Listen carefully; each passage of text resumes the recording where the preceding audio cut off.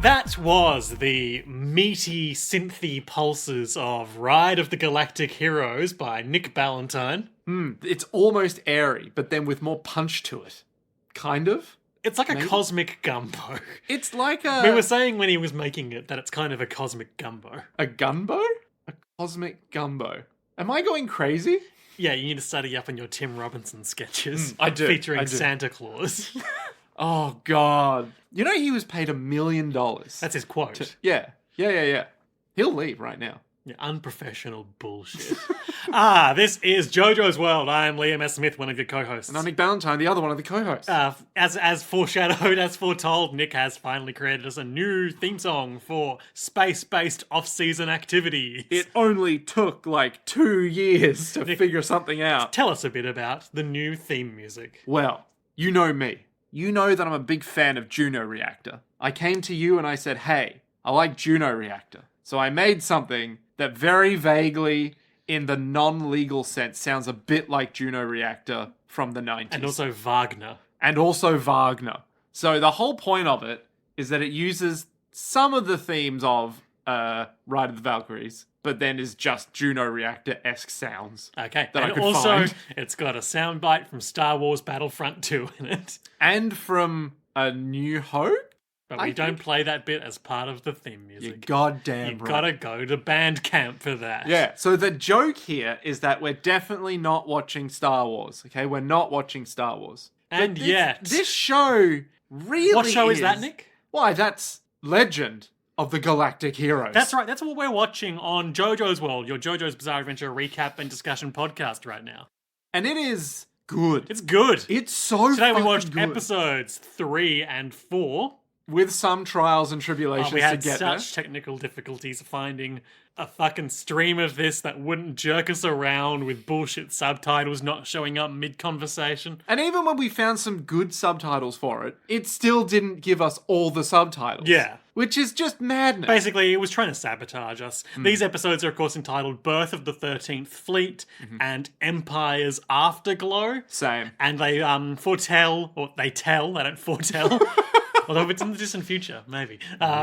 They tell the story of the immediate aftermath of the Battle of Astarte and reaction of the two governments from the perspective of both Yang Wen-li and Of the Free People's Reinhard Alliance. Yep. von Lohengram, Of the Empire. as well as his childhood backstory. Truly a deep cut into both sides Yeah. of the war effort. So, in terms of overall reactions, I remember last episode, we did say the Empire was evil-coded. Yep. But that we weren't really sure of the overarching morality of either side of the war at this stage because we lacked context. Yep. And as we learnt this episode, they're both a bit shit. Yep. So one of them is clearly like surface level good guys, underbelly bad guys. And the other one is surface level bad guys, underbelly still pretty bad guys. Yeah. Like still pretty bad. So, as we learnt this episode, in the first of the two episodes, about Yang's return to the The Free People's Alliance. Free People's Alliance capital of That's the face of trying to figure out the name. pronunciation Heinessen. Heinessen. Heinessen? Yep. Heinessen?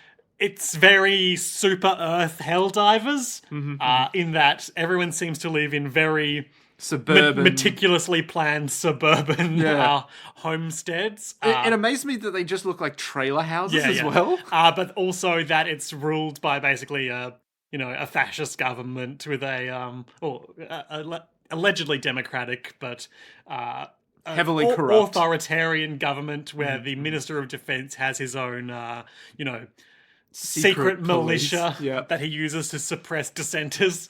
And they themselves. They We'll get to what they do. We'll get to what they do and what and who they look like as we get into the recap. Oh boy. Oh boy. But so not everything is clear cut in the space war. Which In that I kinda sense, like. it's not like Star Wars, where everything is clear cut. Well, I mean, even on the Alliance side in Star Wars, they do some pretty petty war crimes here and there, to get things to get things through. You still haven't watched Andor. I haven't watched Andor. Oh, you gotta watch Okay. Andor. And or what? This! Legend of Galactic Heroes. It's great. A couple of quick rundowns from the Jinaipedia about these two episodes. The Birth of the 13th Fleet, the Yang Wen Li episode, features music from Mahler, Symphony No. 6, a couple of different movements. Bach's Orchestral Suite No. 2 in B minor, Mahler's Symphony No. 5, and Mahler's Symphony No. 2. Interesting. I don't recall any of those.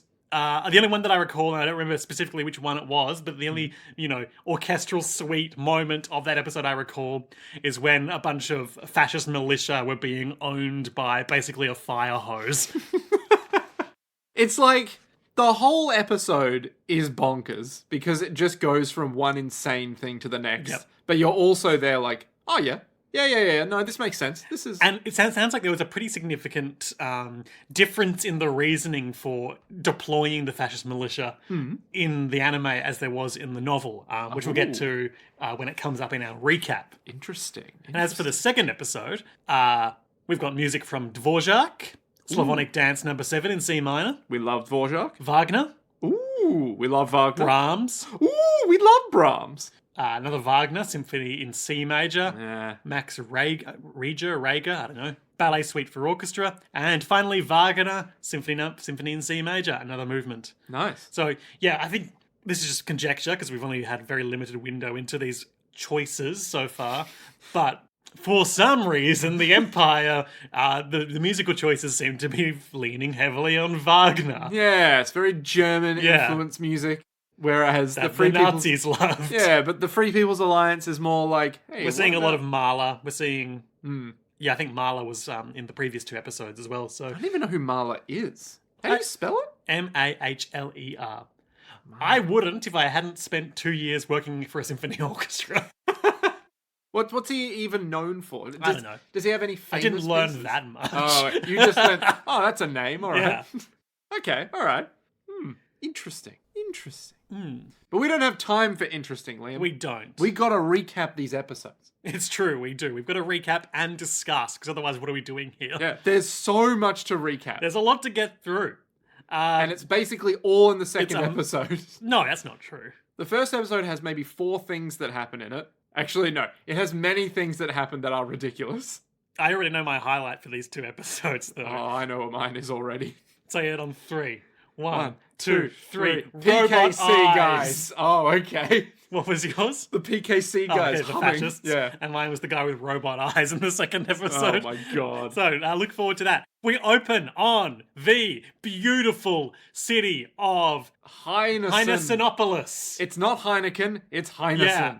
Yeah. And their incredibly 9/11able tower.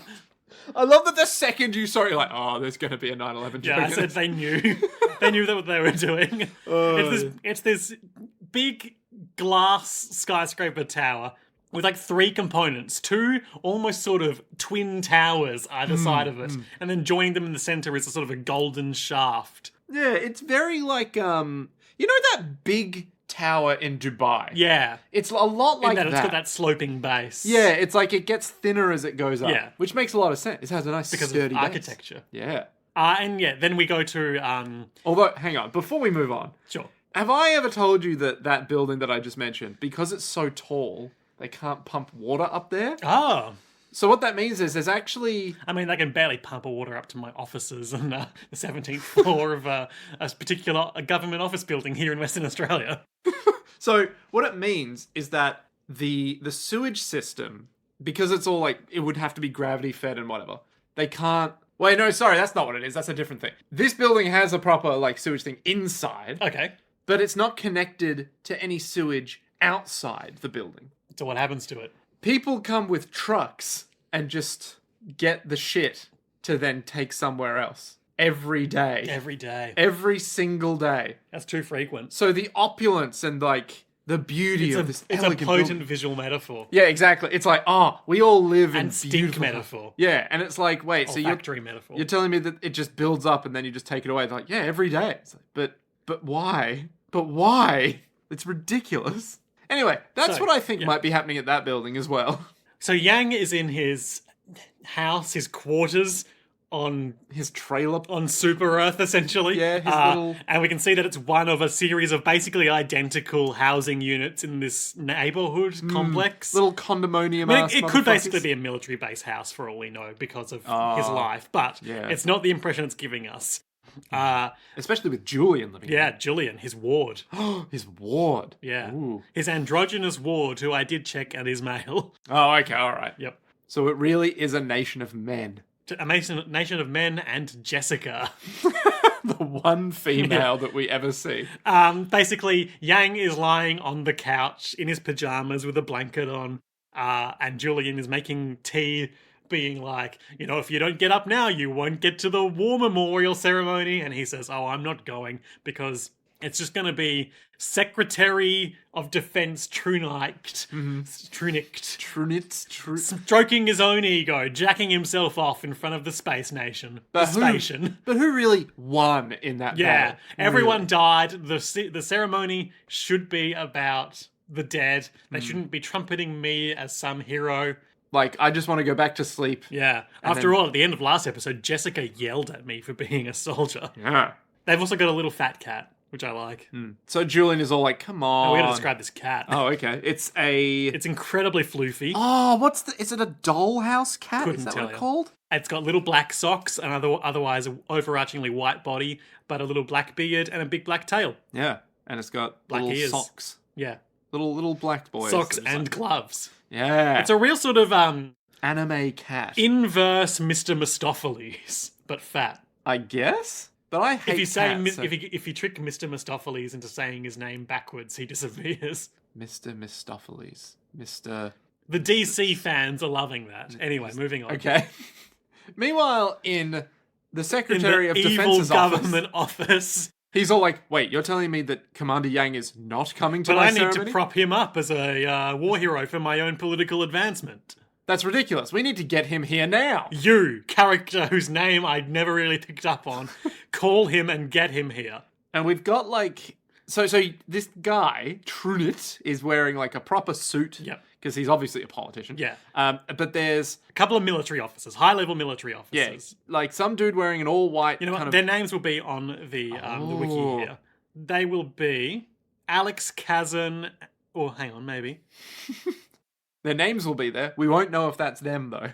Yep, Alex Kazan is the junior of the two. Okay. And the senior, is Sydney Sithole. Sydney Sithole. I got a hole you can sit on, Sydney. They are basically told by Trunit, get him here. Get him here at all costs. I need him. Call him on his phone. Whatever. They walk out, and then immediately Sithole's all like, you're gonna call him. Yep. He hasn't changed since officers' school. They've got history with him. They're part of the establishment, but they've got some respect for him, unlike Trunicht, who just wants to use him as a prop. Yeah. A prop. So, obviously, they give him a call, and little old, fucking, what's his name? Yang is like, I don't want to go. I've got some quotes from their exchange here. Okay. Well, the HQ Chief of Staff Sithole, to say nothing of Mr. Trunicht, to be neglected by the hero of Astarte, and Yang cuts in, who's a hero? And the guy responds, the character who's talking to me right now. Which is obviously, the translator must be like, I'll get back to it. Yeah. They've basically already functionally declared Yang a hero, but he's like, I was the commander of a defeated army. But, it's propaganda in action. Absolutely. The spin machine has spun up. And it's going at full RPM. And then you put him on display to prevent the citizens from asking questions. Ugh. And we get, at this point, the guy sort of exposits about his own feelings about the whole thing, and he says, if you hate being made a hero that much, it's probably best that you're absent. Indeed, just thinking about that man's tediously vulgar, agitating speeches makes me ill. Goodbye. All soldiers hate politicians that talk about war. Yeah. It's confirmed. It's real, what's that thing they said about World War I soldiers? Lions led by donkeys? That's just everyone's workplace. Sure, yeah.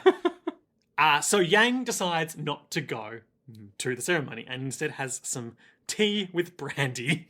But it's 8 o'clock in the morning. Yep, but I'm a war hero. I Sip, fucking sip. stutter. Good tea. Yeah? What's the secret ingredient? I just love that he's like, your tea's always the best, Julian.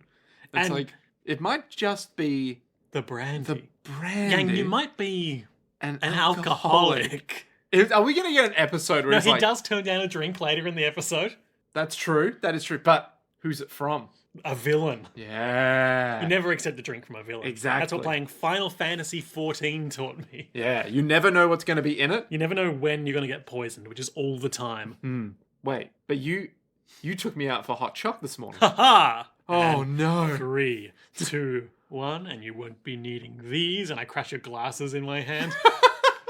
I'll be like, oh my god, I can see everything perfectly now. Yes, that's right. It was good vision poison. Oh my god, you've cured my diabetes. I never had diabetes. This is incredible. Diabetes. Oh my god, I'm immortal. This is insane. I You can say, fly. oh my god, I'm a Mormon. What's the What's that TV show, or maybe it's a movie, where that guy injects himself with like nanobots that heal him, and he has like, it's not cancer, but it's some like debilitating disease. I don't know, man. But then it's too good at its job. Is this Akira? No, it's not Akira. It's like I think it stars Michael Cusack or something, which is like the guy from Being John Malkovich. Oh, John Malkovich. Maybe it's Do you John mean John Cusack? It might be John Cusack.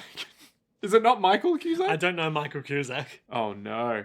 Well, anyway, so our boy's just sitting around. He's not going to this war memorial. Julian exposits. Oh, it could be Julian, or that could just be a Japanese pronunciation of the J. Julian. Yeah, Julian exposits The J-Dog, yep. He's he's in the like training academy essentially right now, as far as I can tell. And that he wants to be a soldier because his parents were soldiers, and the military has paid his way through school. And so if he doesn't sign up, he has to pay them back. And Yang is like, look, you don't have to be a soldier. My parents were merchants. My parents were penniless merchants. Yeah. I'm really a lot like Rey Skywalker.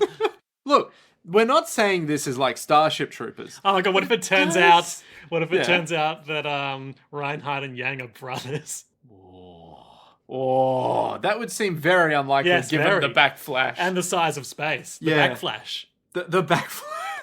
Given the backflush of history we've had of these two characters. Yeah, it would really take a sort of royal flush Yeah. for them to Maybe it's like they were set. both be space princes. And they look completely different, actually, now that I think about it. It seems very unlikely, but But what anime if? genetics don't have to make sense. It's true. We know I mean, that... after all, Jonathan and Dio were brothers. Oh my god. What if they become brothers? Oh my god. Brothers of war. Yeah. Yeah, brothers on the I battlefield. mean, it's gonna be that kind of thing. And we saw this already in the last 2 episodes where it's like the guys on the front lines find they have more in common with each other than with their commanders back home. Absolutely. But they are still enemies because of their loyalty to their nations. Absolutely. Oh, god damn. There's so much potential for drama. You know what the battle in the previous episode reminded me of? And this may not be something you or anyone listening is familiar with. Yep. But the irresponsible Captain Tyler. It sounds familiar for some Another reason. 90s anime in which there's this guy Tyler. He wants to join the space military to have an easy life because he heard that, you get bad, you get bored. Yep. Sounds good. Sounds like a good And life. through a series of phenomenal hijinks, he ends up saving like the fleet admiral's granddaughter's lives from a bank robbery, and is therefore appointed captain of his own ship. Okay. So he goes through a series of phenomenal hijinks, and encounters the enemy alien races. Yep. Various naval officers, becomes the pet of their princess for a little while.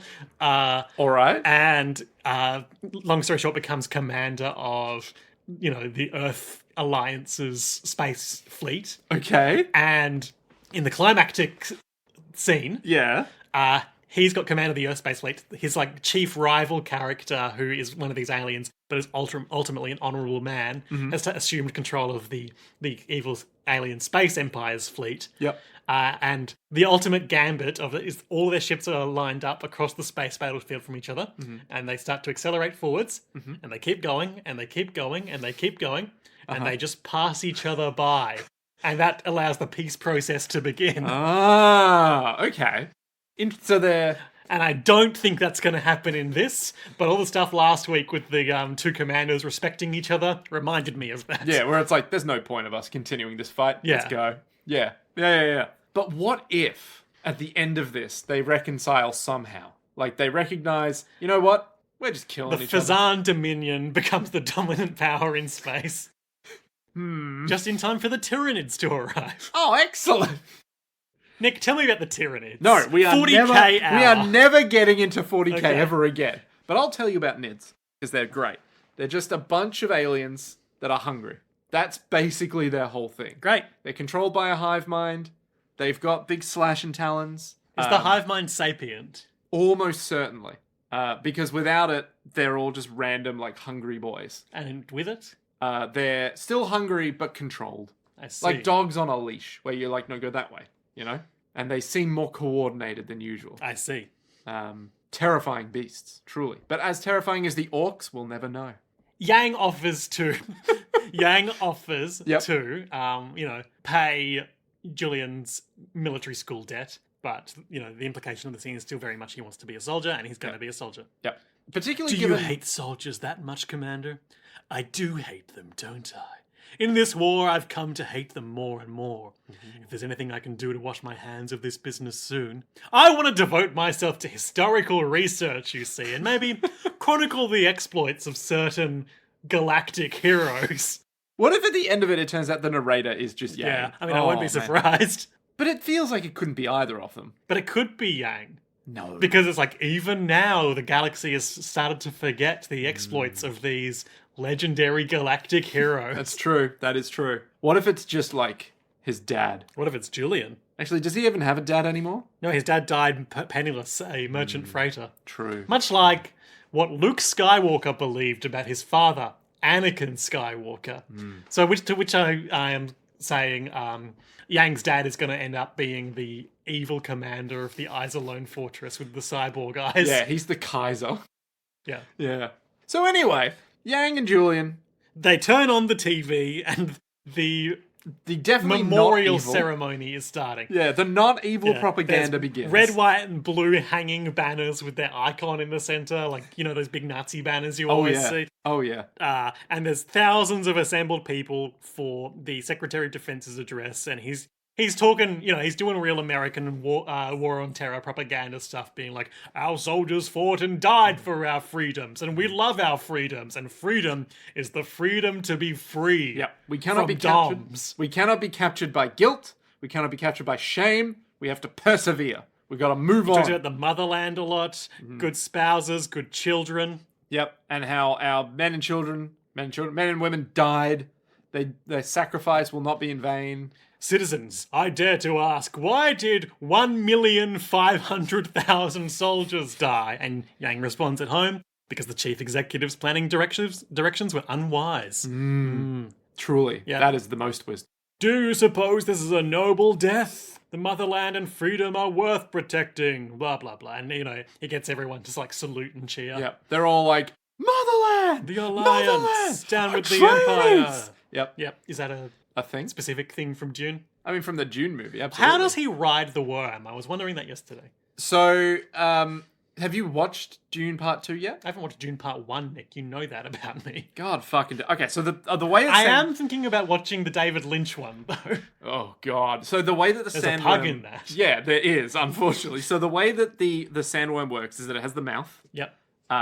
which would normally have, the 3 flaps, but in the new Dune, it's just, baleen on the inside. Like a big worm. Yeah, like a big worm.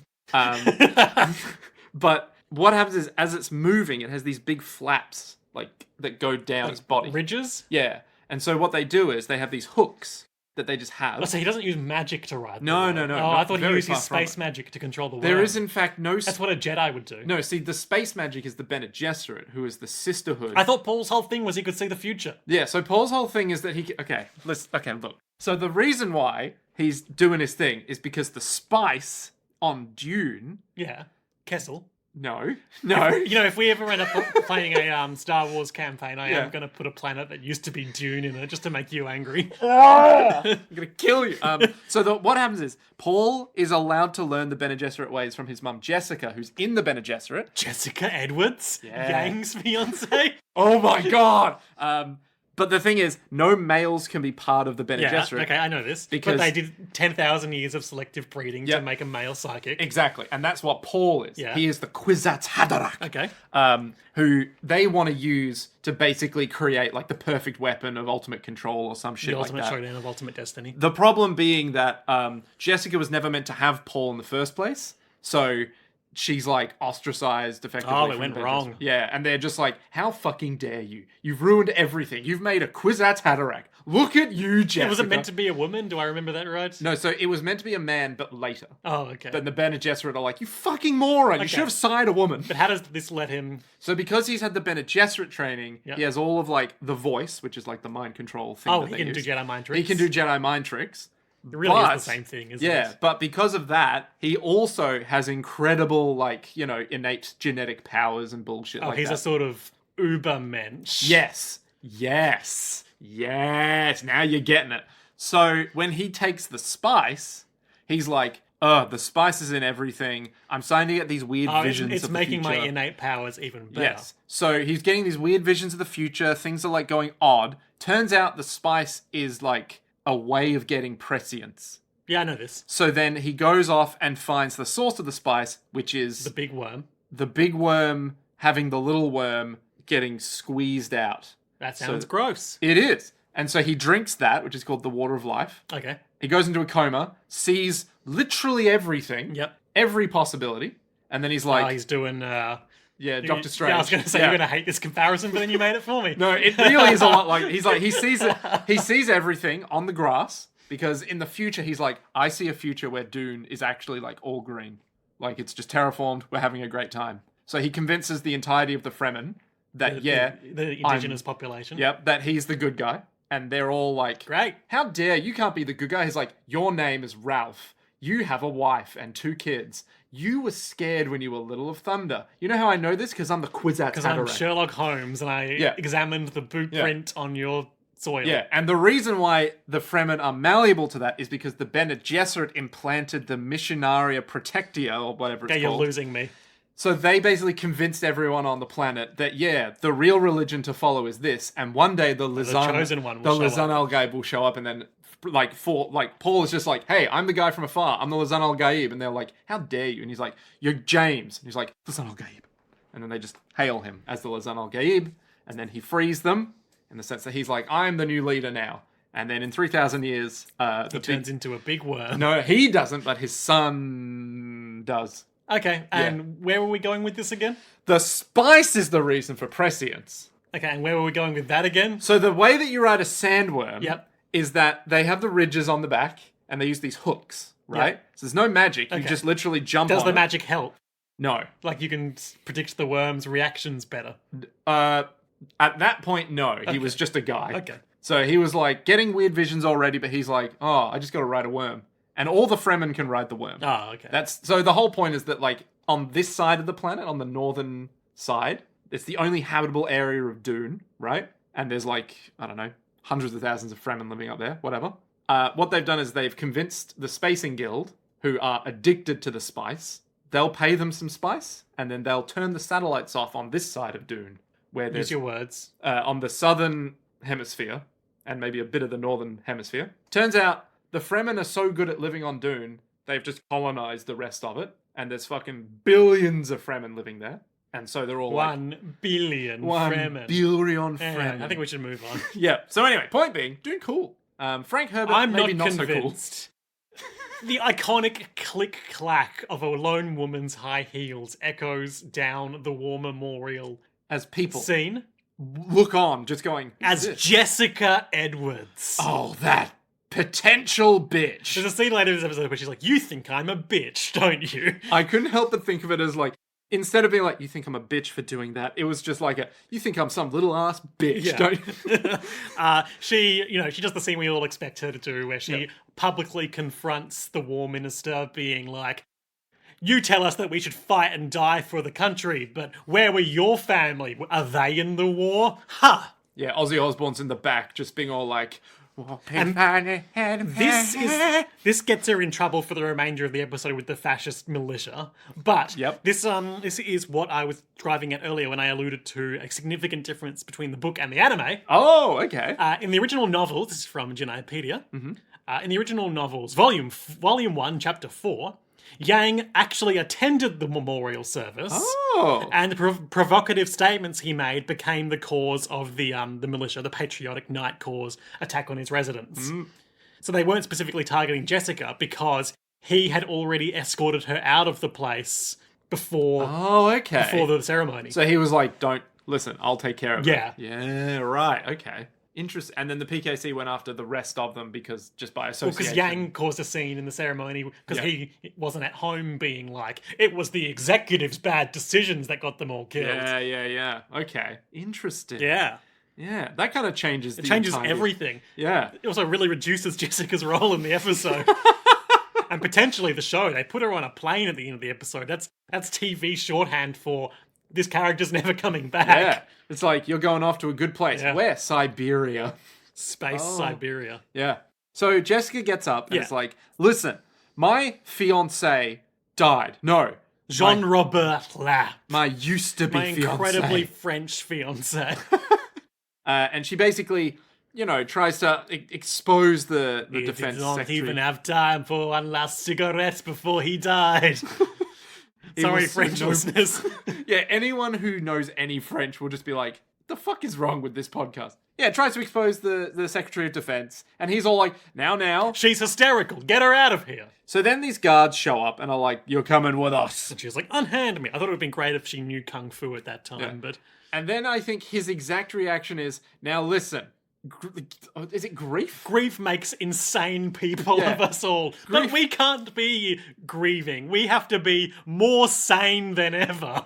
Hit the music. Yeah. So the way to Meanwhile, make back at everyone home, Julian and Yang get a call from Attenborough, who was his offsider in the previous episodes. Yep, blue head guy. Being like, hey, did you just see that crazy shit in the memorial? Yeah, fire up the car. We better go pick her up. Yep. So they're out of there. But... Jessica is escorted out as the national anthem plays to distract everyone. That's right. So the orchestra... Oh, this shit! We forgot about oh my this. God. The orchestra is entirely brass. Yep. I'm seeing mostly tubas. Yep. And a couple of trumpets. The first song that they play is all violins. Strings. And it's like, for fuck's sake. Oh. It's very standard national anthem stuff. Liberty stands for freedom. Oh, hail the flag that set us free. Standing righteous, symbolic of strength. Like, it's very, We'll win. It's very America. Yes, it's very like, listen, we fought our way to freedom and we'll flag, fight again. The freedom, and the troops, and the flag troops, and the free troops, and the free flag that flies. Free. I'm that. Yeah. I'm the one who paid for it with my blood. I'm the one who knocks on the door of liberty. Jessica is being scolded like, please, my dead fiancé. And we're like, liberty. Oh, hail Liberty Bell, they say. It's Helldivers. It's super It's very much like Starship Troopers level propaganda. So, yeah. So she's walking outside the big 9/11 tower. Yeah, isn't it like literally the guards bring her out and they're all like, we're escorting you down. She's like, get your hands off me, I can walk and myself. Once again, click, click, click of her heels on the huge open space that she's in. And she gets the sense that someone's following her. And we see the click, click, click of her heels. And then the clomp, clomp, clomp of like in-sync jackboots pursuing her. The military's after her. But hang on, this isn't the military. And then there's these guys. The death commandos. One of them's holding a flag. It's the PKC, the Patriotic Night Corps. Oh my God. And they all look like if stormtroopers were Jason Voorhees, right? No, they're much... Well, yeah, okay, so they're like... they're much lower tech in that they're all basically wearing balaclavas and a mask. They're like hockey mask almost. Yeah, with like moustaches or something for breathing They're holes. moustache-esque. Yeah, they've got, sort of like, in protests where people are like kitted out. Not like in, say... They've basically got like military jumpsuits with tactical belts and cod pieces. Yeah, it's like when people were like, oh, we're gonna, stage the Capitol or whatever it was. Storm the Capitol, and they came with guns and like bandoliers and shit. They look like that. Very intimidating. And they all And they've pull all out got their batons. and they all start humming, The national anthem. which we had just heard. That's how we know. Oh my god. And they're menacingly humming at her, and it's amazing. And she's concerned. But then Attenborough and Yang pull up in their amazing space car and pull her in and speed off. Yeah. And they run the plates on it, and they see it's a Capital Traffic Department car registered to Alliance Force Commander Dusty Attenborough. Another amazing name. Oh my god, that's that guy's friend. Yeah, that's Yang's friend. That's Yang's friend. Yeah, so, as you remarked while we were watching it, everyone knows everything about Yang. Yeah, so they know nothing about Attenborough. Like, who the hell's Attenborough? Hang on, isn't he Yang's friend? Yeah, and that woman was Yang's friend too. It's just like... Everyone doesn't know anything about anyone except Yang. Yeah, it's hilarious. Oh, it's amazing. It's incredible. So they take Jessica to Yang's... Oh, hang on. So first they're pulling up to another place, and this is really strangely animated occurrence where there's a couple of, like, basically Yakuza NPCs on the front door of, like, this hotel or bar. And then as our protagonists are pulling up and the headlight beams hit them, they look around panically and run away. And For some reason. I think the implication is meant to be, oh no, they're being pursued by the PKC. But we don't see that at all. Yeah. So then they're like, oh, where can we go that's safe? Oh, I know. Home. Yeah, go to my house. Yeah, so they just head to his house. I'm a high-ranked officer. They won't try anything at my house. However, They do. disaster Yeah, strikes. as soon as they get home, the PKC guys are there with a megaphone being like, Yang, you're a treason guy. We're going to fucking kill you. And they throw a grenade through the window. And then Yang's all like, oh my Shit. god, this is war. Quick, give me the Cat? the phone console. Oh, yeah. And I'll turn on the fire the hydrant automated system. fire hoses, and little fire hoses come out like a turret and just like Just shoot him shoot down. high intensity jets of water at these clowns outside. Yeah. So And it also triggers the fire alarm. fire alarm. And so the fire services come and the militia are like, oh no, there's too much heat. We got to get out of here. Yeah. Those damn fire Problem officers. solved. Yeah. Who would win? A bunch of highly kitted out militia officers who are working as a secret police for the government, or one spray boy? Yeah. One soaky boy. One soaky boy. So then they go to Trinick's house. Then they just get in. And Trinit's all like, "Oh, Yang, please, would you like some rum?" or Come into my office with copious portraits of myself. It's just ridiculous. Would you like some super branded vodka? Okay, did you take a photo of this vodka? Okay, that can't say super. What else could it say? Fuck, it says super. We can only see the very top half of the lettering. But I'm pretty sure it says super. It totally says super. Or sucre, Yeah. but the Q would be on the other side. Yeah. Oh no, it says super. Oh my god, madness. So they have... He's literally got two portraits of himself. Yeah, I know. in I his was saying office. they're everywhere. So Trinit's in like a dressing gown. He's pouring himself some whiskey. He's like, "Would you like some?" And Yang's like, "Please, I'm not scum like you." He was like, "All right, you're lost." I want you to denounce the attacks on Jessica Edwards. And he's like, oh, I couldn't possibly do that. The PKC are beyond anyone's control. They're a rogue element in our society. And he's like, no, cut the shit. Do it. I'm a war hero. Do it. Yeah. And he's like, all right. And Yang's like, great. By the way, the media's outside. And he's like, "Wait, what?"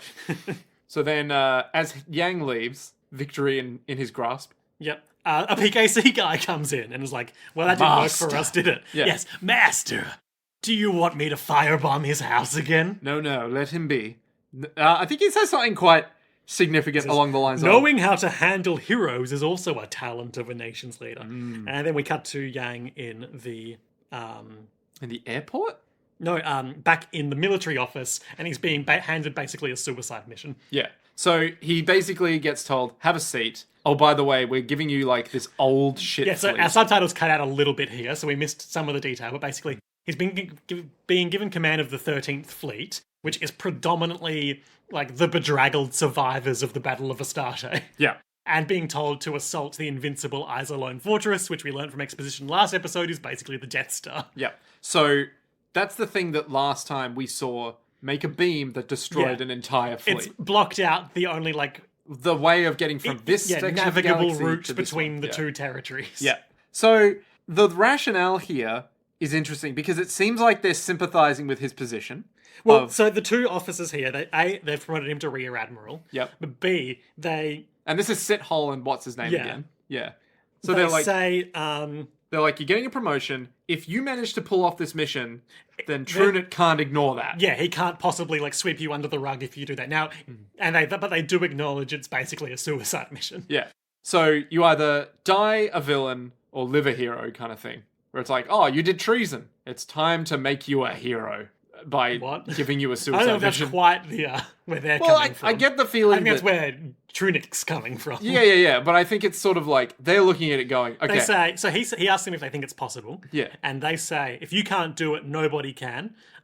If you succeed in this, no matter how the Secretary of Defense feels about you, he can't continue to ignore your talent. And he's like, all right. And they put Jessica on a big space plane. Yeah. After a little bit of sexual tension. Yeah. I get the feeling that this whole mission is basically like, listen, you're now seen more as a traitor than the hero of Astartes, kind of, because No, he's still or at like least by the underbelly, where it's like the by PKC, the deep state. Yeah, by the deep state wants to come after you. Yeah. But if you do this, anything that happens to you, You're untouchable. exactly. So I think they're like, this is the best. Do we can or die, Yang. Yeah, literally. And then they're sending Jessica off at the airport, and then like an old lady and her grandson come up, and like now it's like the most Starship Troopers moment of this episode so far, where she comes up and she's like, Commander Yang, A hero. both of my grandson's parents and siblings died in this war. And I want him to be a soldier too. Will you shake his hand to make him want to be a soldier? And his response is, lady, When he's an adult, I hope there's peace. yeah, there's going to be peacetime coming up. Don't worry about it. Did he shake his hand? I don't think so. No. And then the plane flies off, And Jessica looks down, and it's like, oh, Jessica. and Yang's all like, war. Yep. Meanwhile, in Imperial space... New episode! Yeah. So, very distinct visual differences between society of these two civilizations. And like classes as well. So, as we said before, The FPA looks like Space America. it's got a lot of like very modern space buildings, like a lot of hard, like rigid architecture and furniture design. Yeah. And with this, we're seeing a lot of like Regency ballrooms and Victorian country houses. And They things have, like like, I'm not the- an expert on architecture. but, They've got like the basically metal fences. old nobility Yeah. architecture. Yeah, with the spiky top bits. Yeah. Yeah. Ballrooms and It wouldn't look out of place. the country house, the city house. Yeah, with like the Sistine Chapel nearby or Yeah, something. with some of the bigger places. What's the big cathedral? The one that they keep rebuilding. Notre Dame. Yeah, Notre I Dame. don't know. I'm not pulling any specific examples. I'm just talking in generalities. Yeah. So they basically come to an enormous estate. And Yeah. they are Reinhard And and Sieg. Siegfried. Kirkheis. And there's also a big statue at the front of what I assume is the Imperial Palace of what could have been the statue we saw in the very first shots of this episode. Potentially the Kaiser? Which would I guess if that is the case, it would imply that by the end of these galactic heroic events, this whole place is desolate desert. Oh, you mean in the first shots where it's like, there used to be a Yeah, civilization here. Yeah. Ooh, that'd be good. Time will tell. Yeah. And then from those ashes, we were born. Yeah. It was never sci-fi. It was Battlestar Galactica. the whole time. Reinhardt is being promoted to Fleet Admiral, and he's like, and Sieg, soon you'll be promoted, and people will call you Your Excellency. And he's like, oh, stop. And Reinhardt spends this whole episode being young Dio Brando. Yes. Even in his expressions. Yeah. Like, his eyes are, like, thin as fuck. Yeah. He's got, like, that look about him of, like... And he resolves in a flashback as a child at the very end of the episode to be like, I will accrue enough power to rule the universe. Yeah. So he's absolutely on a power trip right now. But it's the sympathetic backstory flashback episode for him. But he's called before the Kaiser, and there's a huge military procession in this huge throne room, essentially. Yeah. And he is officially awarded command of half of their entire space fleet. Yep. And a couple of other foolish old men who'll get us all killed are like, Him? Why, he's just a blonde stripling. That blonde brat will get us all One killed. victory does not make a great military commander. Shh, shut up. You know, if I have to say it, which I don't, but I will anyway, I think the enemy was just incompetent. Yeah. You'll get us all killed. I know. So the Kaiser's like, thank you. Hands him a scroll. Yep. Does the best backwards walking I've ever seen. And then we cut to this function. Oh, And we're going to have one scene in like the after party of this ceremony.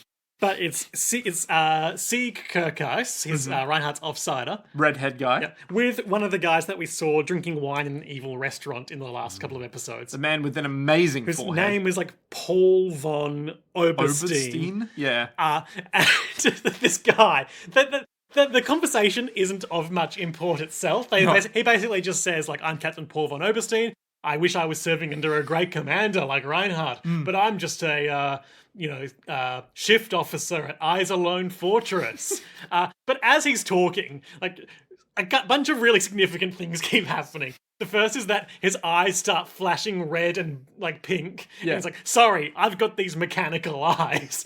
And, like, I think this is a good indication of, like, oh, we're definitely in the future. But this feels like a very different kind of future to the FPA. Yeah. Where if they were blind, they'd be like, oh, that's fine. That's cool. No, because he says, if I was born a few years later, I might have been put to death under the genetic superiority laws. Oh, I more mean, like, in this, they're like, well, we have to fix your degeneracy. No, but he's saying that's an old-fashioned policy. Oh, no, not if he was born, but, like, they're saying, oh, you can't be blind, full stop, right? Like, if he was blind... Oh, if he was blinded. Yes, exactly. It's like, well, I mean, you're not used to us. Well, that comes back to the guy from the last episode who was like, most people die just straight out in the space battles, but I've got this robot arm. Yeah, so it feels like they're always like, well, you have to be like a humanoid, proper functioning, like utility to the state, right? Very Roman kind of, hey, if you're not serving a function, get in the meat grinder. But if you're born, quote unquote, suboptimal performance into the recycler, you're just put to death. Yeah. Whereas the FPA, I get the vibe of like, everyone can be a hero. See that blind guy? It's your civic duty to be a hero. Exactly. It's like very different forms of oppression. Yes. That we all hate. So yes, he's like, check out my freaky space eyes. Yeah. And then he walks... Hey, look, I'm Duncan Idaho in book 2. Dude, Messiah. I'll take your word for it. And then he like takes a few steps away and turns back around and is like, you've got a good commanding officer, and walks back and they keep talking. And then the camera swoops around him and he's like, I just work for Iserlohn Fortress. Anyway, good to see you. Then he walks away. The camera swoops back. He just keeps... Yeah, it keeps going in and out walking and gesturing. He is so extra. This guy's movements are insane. You know the merchant guy in the original Legend of Zelda game? Where he's like, I see you come. And he's like going you're in talking and out about the CDI point-and-click adventures. Yeah, that one. Not the originals. No, I mean like the true original. No. The one that we all look at and go, that's a game. None of this top-down hack and slash bullshit, all right? I want a game that has the first character. Zelda you recognize. Yeah, exactly. This is now the excuse me princess that I know and love, all right? But it's got that energy. Yeah, he's really been rotoscoped. Oh my god, it's just madness. And my favorite part is, I was saying this to you before, James Baxter, right? He's well known for getting like that swoopy kind of like 3D looking animation. Don't think I ever really appreciated it until I saw how they did it here, where none of the backgrounds ever move. Yeah. And they keep going in and around. What it reminded me of, I was watching a video recently about a movie we were talking about earlier today, Star Wars Episode 9, The Rise of Skywalker. Everyone dares to think about it. And, without getting into any of the things that disappointed me about it, specifically in its plot and events, because it was shot on and reshot on such a tight schedule, this is, I think, increasingly widely believed to be the reason for some of the cinematographic choices in it, where so many of the conversations feature these, like, single long shots, like, long duration of shots that, like, pans and swoops around the characters as they talk, which, according to this video I watched, says that, taking these kinds of shots is not uncommon in movie production, but they're often used more for... like cutting away. And for reference material than for the actual composition of the final shots. So said this video, at least. Yeah. Interesting. And so there's so many of those in basically every scene of... Rise of Skywalker. Yeah. And this guy and his choreography really reminded me of that sort of camera movement. Interesting. Very interesting. So like, are you saying that in Rise of Skywalker, it's like someone's talking and then it literally just pans this way? No, but it shoots forward and through. Oh, okay. Oh, as in like, in it's like if you were doing shot reverse shot, but you weren't cutting between and you were moving the camera and turning it around. Right, okay, gotcha. Oh, yeah, it really is that. Yeah, except he's one man. Arguably, in that movie, it conveys a sense of dynamism, but also when it happens in every scene, it gets quite exhausting. Oh god, yes. Oh god, yes, I can imagine. At the end of it, you'd be like, I just want to puke. I just wish to die. And this is one scene with one man, and he gives us that exact same feeling. Yeah, and then his eyes start flashing, and we're like, wait, what? Is this a an bad animation Is this a bad error? thing? And he's like, I'm so sorry, and then it begins. Sorry, you're creeped out by my creepy robot eyes, aren't you? Anyway, his whole More or less exactly what he says. yeah, his whole point is that his Paul von Oberheim, and that's kind of it. Yeah. Like he's Look just like, forward to me being the villain of the impending assault on Eiserhorn Fortress arc, yeah, I'm sure. because he's on the Iserlohn Fortress assignment or something. He works there. Yeah, so he's obviously going to be like, oh, this FPA. He's a real sort of Grand Moff Tarkin type. No, he's not that high. No, ranking. he's not that high. Come on now. Come on. We know our. He's know our ranks. the guy in the Death Star Who's getting conference choked? room who's getting choked. Yeah. Are those Moffs? The collection of Moffs and like ISB agents But, like, and things like that. Because the Grand Moffs wear the grey uniform. Well, actually, fun fact about Star Wars Go on. military uniforms. Okay. For some reason, it's canon that when you achieve a certain rank in the Star Wars Empire military, you're allowed to customize your uniform. What? Hang on. So you're telling me that if I'm Grand Moff, You can basically... I can wear anything? You've still got to wear like the same basic cut, but you can like customize the colors and some of the details. What? But And why? well, because it allows for more Charismatic leadership.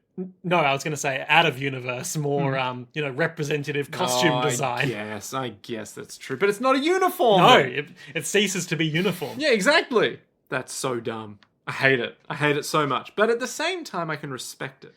But I That's hate from the book Tarkin, in which an experimental stealth ship is stolen by some proto-rebels, so Tarkin and Vader have to team up to track them down. it. Classic. Classic. It's an alright read for, Star Wars. I mean, yeah, Star Wars book. Anyway, so then. They're in a big space convertible, like Yeah, like it's a really it's old, like, space 20s version car. of like a 1920s car, Yep. a hot rod. Yep. And Archie Andrews' hot rod. yep, and as Siegfried and Reinhold are coming into the drive of this massive estate, Reinhold just lurches out. And he's like, sister! He leaps out like Dio leaping out of the carriage in the first episode of Phantom Blood. Yep. And I know I keep making this comparison, but it keeps being right. Turns out the comparisons that we make and the references we draw from out we're are actually- this show.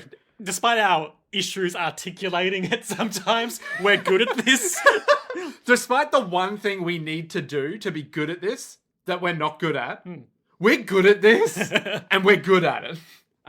So then he's like, oh, my sister, she's so gorgeous, isn't she? My I'm going to beautiful say hi." sister, Anna Rose. And so he lurches out, runs up towards her, and then Siegfried gets out. He of the walks car. up and he's like, my lady, you are looking as well as ever. Whoa, now, that doesn't happen yet. Whatever. It doesn't matter. He gets out and he looks at the He looks at the orchids and he has a 20-minute flashback. Yeah, which he's looking at him and he's like, my father. So, as a youth, Siegfried Kirkheis Yep. lived in the country on space. And who knows what this planet is Yeah. called.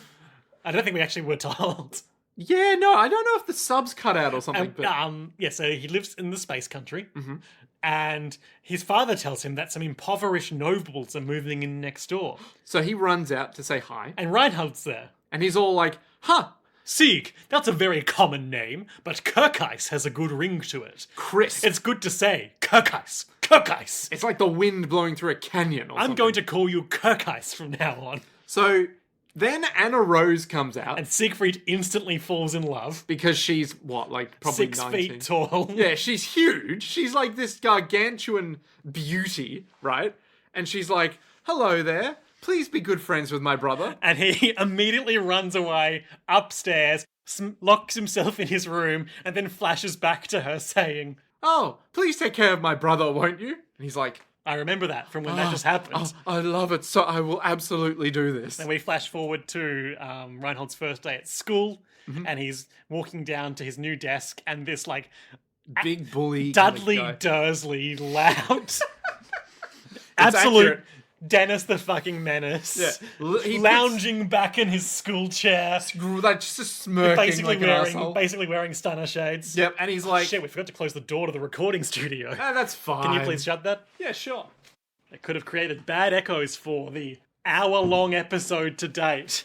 But that's all right. So he's like... It might not be. Oh, God. He's got his leg out, and he's like, oh, well, you want to get through? Is that what you want to do? That's what I get for letting you set up the recording studio. Never again.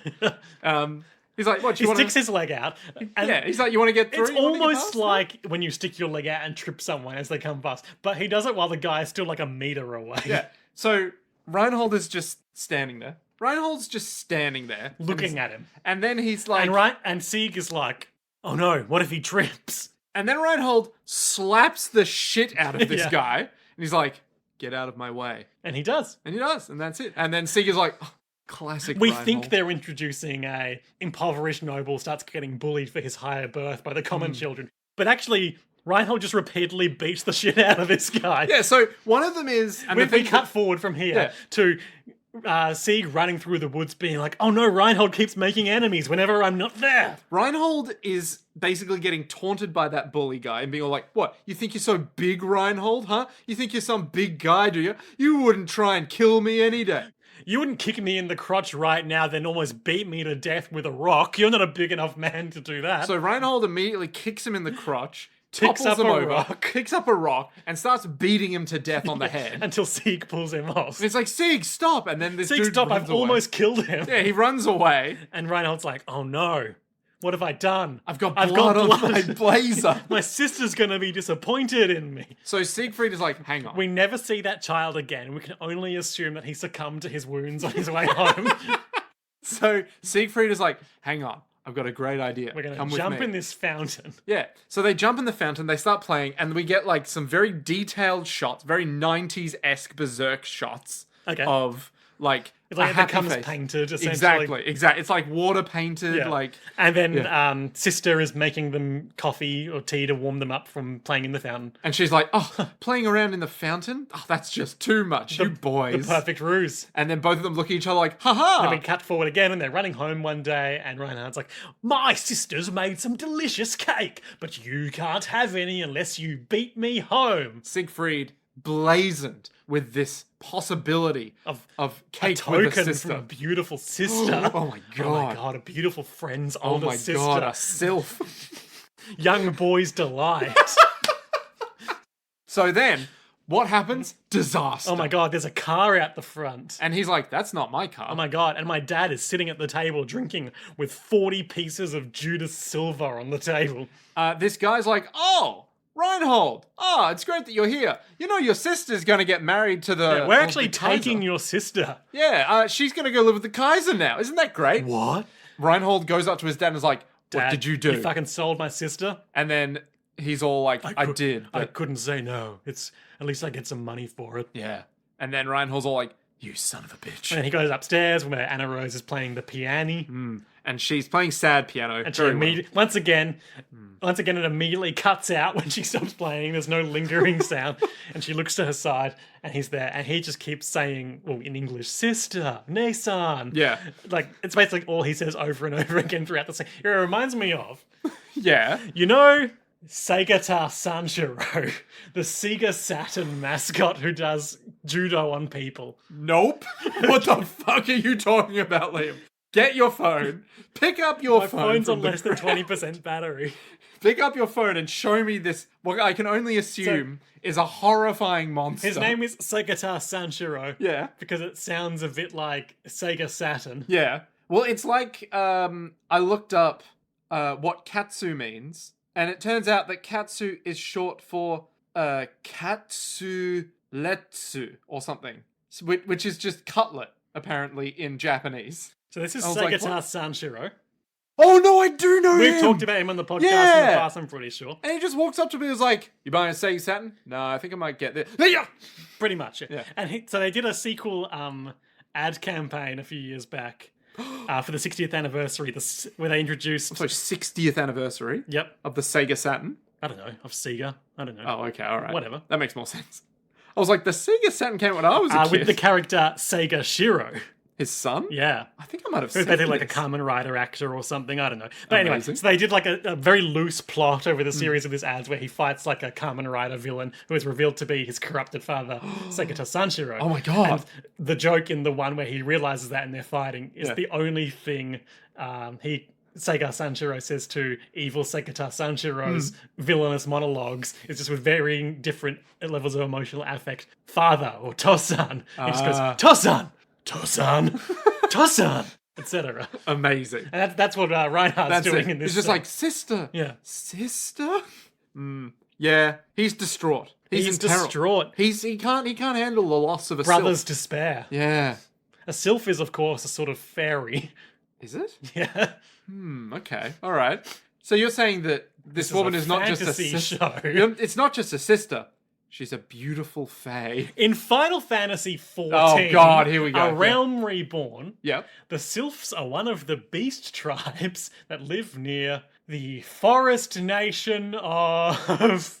This isn't the ones with all the rocks that are like all over the place, where the elephants Don't live. know what you're talking Where about. the elephant guys live. No. Like in the No, sky. I'm talking about... There's so much wrong with what you just said. Okay, all right. No, it's in the forest in the base game.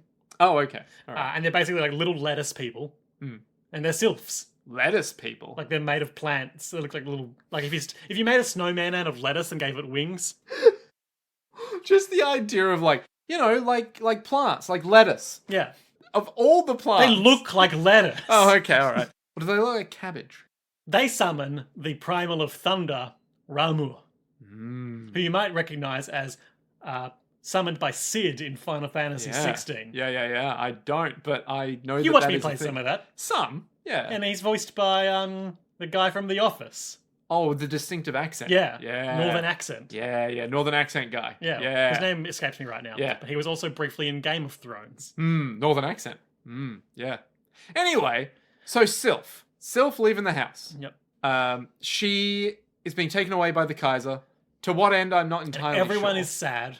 Except for the Kaiser, who is depressed. I've got a beautiful babe in my house.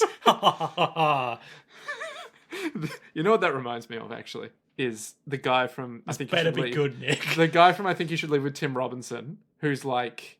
Oh, I wish don't I want- could have two girlfriends. Yeah. Wait. Wait, are we thinking different sketches? Yeah, I'm thinking the car focus group one. Oh, sure. No Yeah. good car ideas. You have to marry your mother-in-law. Yeah, have to marry your mother-in-law. It's like, who's got the Sylph now? Yeah. No, I was thinking of the one from the most recent season where the guy has his hair cut like a dog on a date. What? Oh. And you think the joke of the sketch is that he's got his hair cut like a dog, and people are making fun of him for that. Yeah.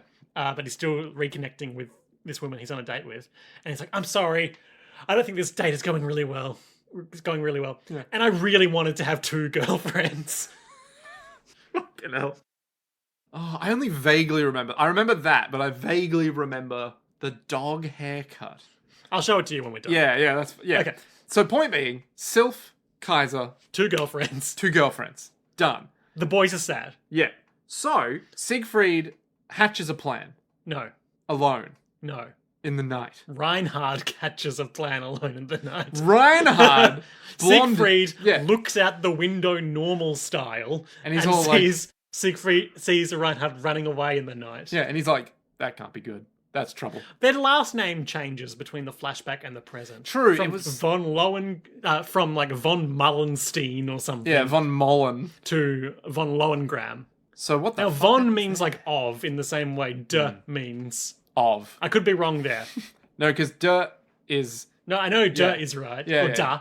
Da Vinci. True, Da Leonardo Vinci, yeah. of Vinci. Of Vinci, yeah.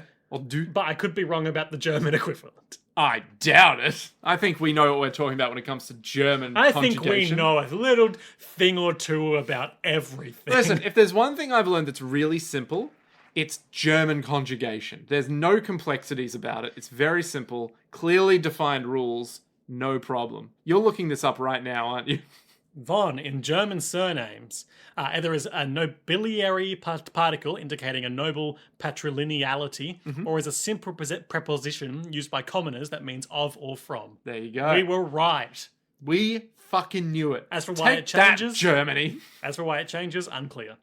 Maybe they moved to Lohengram and they became of Lohengram. Who knows? So, Siegfried is following Reinhold. Reinhard? And Reinhold is like... Reinhardt's the Overwatch guy. Yeah. And Reinhold is, my name is Judge. And Reinhold is just like, hey, I've got a blaster, and I'm gonna go get my fucking sylph back. Listen, when the pimp take your sylph, you go at him with a blaster. Drop him like it's hot. When the Kaiser takes your beautiful sister, you get a blaster and you pop a cap in his ass, and then you go, yo, Kaiser. You've got a nay cap for Nasa. I'm going to take over the universe. So he basically... He runs into a garden party, and they're like, but we've been at war for 140 years with impudent rebels. Why aren't any of these people at war? It's like, well, being a noble means that I should clarify, they're like war. 10-year-old children at this point. So they're like, well, when you're a noble, none of your relatives go to war. They just have parties. Yeah, they get to be nobles. It's great. And I don't think that's right. I'm going to take over the universe. And he runs in, and he thinks he sees his sister dancing with someone. He's going to go, quote-unquote, rescue her. Yeah. But it's someone else. And then this rich snoot is like, what's this child doing here? You shouldn't be here, you mutt. Picks him up by the scruff. He fires the gun into a ornate street light. And then everyone's like, oh my god. And then some stormtroopers arrive, and they run away. Yep. They run into the night, uncaught, and Siegfried vows to take over the universe. He's going to join the military Yep. to get power, because that's how a civilian can have social mobility. Yep. So Reinhold is like, we're going to take over the universe, and we're going to do it to save my sister. It's going to be great. And then he shoots his gun into space. Killing God. Killing fate itself. Yeah. So then we come back to present day. And now we know why in the Imperial credit sequence, they circle around each other being young boys and normal men. Because they were boys together. Because they were boys together, and they both love the same beautiful sister. Yeah. I wonder if Reinhold knows. How much... Yeah. Like how much Sieg is down bad for his sister. Yeah. I wonder. We'll anyway. See. So, I wonder if this will drive a rift in their burgeoning relationship. I wonder if... at all times, Reinhold's holding on to that blaster in his back pocket, ready to be like, what'd you say about my fucking sister? Yeah. Bang! This is my sister talker killer gun. We're back at the present. Siegfried's all like, hey, Lady Anna Rose, you look quite well. And she's all like, stop being so formal, you idiot. Let's go partake of some unimaginable wealth. Yes, let us do the most depraved of things in the most posh of ways. Have you brought your eyes wide shut masks? So they all kind of go into the house, and I think that's it. That's it. I think that's the whole episode. The narrator was like, and for the war to continue, Siegfried and Reinhard must, and then the subtitles didn't give us the last line. So who knows what's going to happen next episode. But yeah, good app. Good couple of apps. And I really liked, even though obviously this one was more backstory focused, that we got the dual societies' responses to the Battle of Astarte. Yeah, where it's like one of them is, we're bad guys. And the other one is, we're also bad guys, but we're already evil coded. But Reinhold, this was, in terms of his career progression, this was an out-and-out victory for him. It gets him closer to the Kaiser, it gets him closer to his sister, whereas for Yang, it's basically given him a suicide mission because he dared to question the orthodox messaging of the government. Yep. And because he's a hero, it's like, well, you have to do the thing. It's like, I hate war. Yeah. So very intrigued to see how that goes, and we'll touch on that in predictions momentarily, I suppose. But Nick, highlights and lowlights. My highlights were the crazy laser eyes. Now, why are you so fixated on these lasers? It's so hilarious. He's just talking. He just walks up and starts talking to him. Then the frame goes perfectly still, apart from his eyes flashing red, and he says, "Oh, did my crazy eyes distract you?" I'm going to pull up the quote as a matter of fact. Because he's just like, oh, sorry, I have these artificial something eyes. So, okay. Sieg is standing alone at the party, and he says, Captain Siegfried Kirkeis, approaching him. I'm Captain Paul von Oberstein. Pleased to make your acquaintance. Then there's a long pause as we cut and zoom in on him. Extreme close-up, just like the bottom of his lips to the top of his forehead as his eyes flash crazy colours, and he says, after a long pause, excuse me, it seems my artificial eyes are in rather poor shape. I'm sorry you were startled. Thanks to these, which incorporate light computers, I live comfortably. Oh yeah, what the fuck is a light computer? But their lifespan is brief. Maybe it means lightweight computers. Maybe? Like, Or it's computers to compute light, the visual yeah. input for vision. Either way, makes no fucking sense why he's saying it. Did you suffer a war wound? No, it's natural. I was born with these computers. No. If I'd been born in Kaiser Rudolph's time, I would likely have been disposed of under the inferior genes exclusion law. Oh god. It's just... And then he changes the subject. You have a good so commander. And it continues. It was just this micro moment of absolute... Look, we're going to make this a bit more sci-fi because of all this Regency architecture. Yeah. And it's like, what about fascism? Oh yeah, chuck that in there as well. Fascism and Cyber Eyes. Oh, it's like, name me a... More iconic duo. My highlight is definitely not those Cyber Eyes. My highlight is the secret police humming. Yeah, that was such a good moment. Where it's like they're like, it reminded me, yes, that too, but it reminded me of the episode of Cromartie High School where everyone gets this song stuck in their head. Yeah. It just goes like, and they just spend the whole episode, increasingly more people starting to hum this tune and being like, I can't remember where it's from though. Yeah. Do you know where it's from? And Let me try it. No. And that's just the whole episode. Oh, okay. Does anyone ever find out where it's from? Oh, shit. And so they all start doing that in sync and like menacingly smacking their truncheons against their palms Oh, as they're going to kill Jessica. So good. Oh no. Lowlights. Ooh, it's difficult. It is honorable mention to Reinhard beating that bully, that so-called bully, to death. Oh man, he had no chill from the very beginning. Yeah. In fact, he slapped him in class. Yeah, and it suffered no consequences. Like, holy shit. I want to say my low light is I want to say the cat. The cat's just a shithead. Oh, I like the cat. No. We're on different pages here. Oh, I hate that fucking cat. Because he doesn't behave, he doesn't do anything well, and you're like, he doesn't take cover from incoming enemy fire efficiently. He's a rogue element. Mm-hmm. I can't have that in my military. My low light is and this is, in retrospect, this is clearly because of how they've moved Yang around in the anime adaptation. Just like the crazy time compression of everything that happens around the ceremony. Yeah. Because it's like calling him, hey, come down to the ceremony. No. Like, oh, the ceremony's on TV now. Yeah. Oh, Jessica's in trouble. Let's get there. Oh, we're here. Yeah. There's a whole lot of like either skipped moments in time or excising the travel time from the show. Or it's like, oh, it only took 12 seconds to get there. Yeah. I guess it's the future. Well, they only gave him 12 seconds to be here for the it's crazy. ceremony honoring him. It's crazy. So, and I know that's really nitpicky, but I really enjoyed these two episodes. It's so good. This show... It took us like an hour and a half to get things working today because of technical issues. God.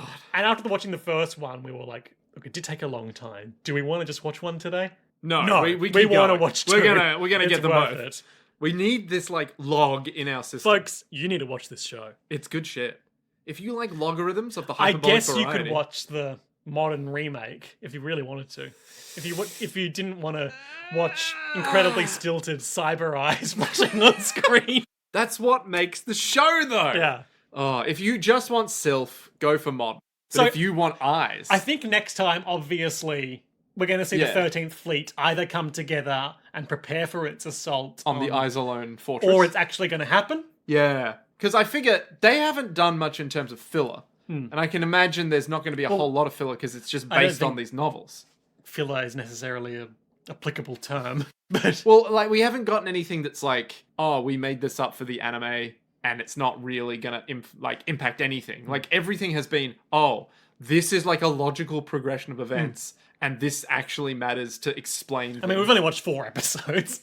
But So I reckon we're and gonna I skip reckon- all the guff. If this follows like a conventional story format, which it may not. Who knows? Who knows? But the convention of this would be that we follow for an episode or two Yang's assault on the fortress with Colonel Cyber Eyes as the main antagonist perspective on that. Yep. And then as the assault goes better than could be expected from the Republic's perspective, Yep. Reinhold would either assume command of the defense of it or be mobilized to do a counterattack or something like that. I do wonder if the Isolone fortress will be destroyed and then that would tip the scale of the war. Yeah. Because they have lost their invincible fortress. Yeah, but there's still like a hard road ahead kind of Yeah. thing where it's like, well, before it was impossible. Well, now it's potentially because, disregarding this enormous conflict where, 1.5 million people died. Yep. Things could have been in a relative stalemate of late because of this fortress distinctly separating the two areas of space. So that's what I'm and thinking. with its destruction, it becomes total war. Yeah, that's what I'm thinking. Because it would just be a matter of nuclear deterrence, and now... Well, not really, but... We've blown up all the nukes. Territorial... Yeah, or like, oh, you want to get in, here's a massive gate. Yes. And now the gate's gone. And that gives the apparently heroic GFA the opportunity to go on the offensive for the first time in a long time. And now... now we're going to see some galactic heroes. Here we fucking go. All right, well, I think we'll find out all of that and more next time on JoJo's World, the JoJo's World Galactic Tour. It's going to be an exciting time. I'm keen. But until then, to be continued.